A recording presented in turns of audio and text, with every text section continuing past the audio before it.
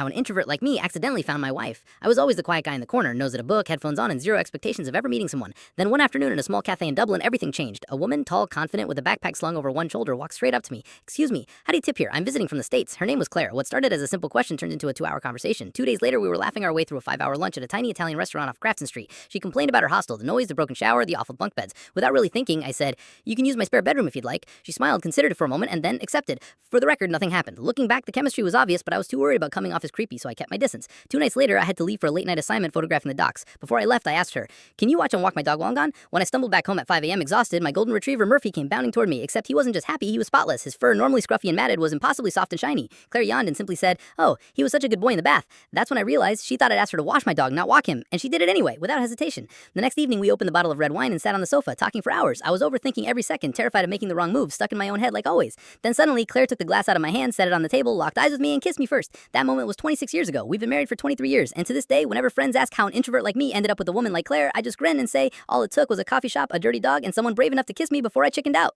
Subscribe to Flash Story and hit like.